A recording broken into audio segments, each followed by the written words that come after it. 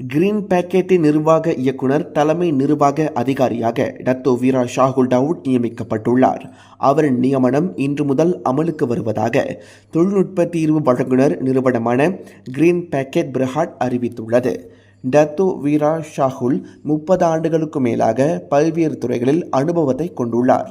இதன் அடிப்படையில் மாற்றத்தை உருவாக்குவதற்கும் வலுவான பொது தனியார் கூட்டாண்மைகளை உருவாக்குவதற்கும் அவரது திறனுக்காக பரவலாக மதிக்கப்பட்டதாக கிரீன் பேக்கெட் தெரிவித்துள்ளது. எனது இந்த பங்கு ஒரு நிறுவனத்தை வழிநடத்துவது மட்டுமல்ல, தொழில்நுட்பத்தை நிஜ உலக முன்னேற்றத்துடன் இணைப்பதை கொண்டதாகும்.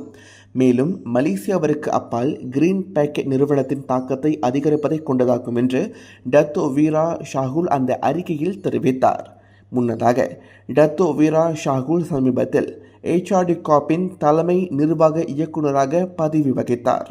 அவர் தனது 5 ஆண்டு பதவிக்காலத்தை முடித்த பின்னர் ஏப்ரல் மாதம் அந்த பதவியிலிருந்து விலகினார். HRD காப் வாயிலாக நாட்டின் மிகவும் தாக்கத்தை ஏற்படுத்தும் திறன் மேம்பாட்டு திட்டங்களை வெற்றிகரமாக நடத்தினார்.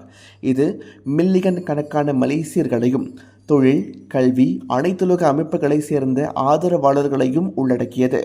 தேசிய எல்லைகளுக்கு அப்பால் துறைகள், புவியியல் பகுதிகளை தாண்டிய மூலோபாய கூட்டாண்மைகளை உருவாக்குவதில் டத்தோ வீரா ஷாகுல் தனது திறமைக்காக அங்கீகரிக்கப்படுகிறார் என்பது குறிப்பிடத்தக்கது.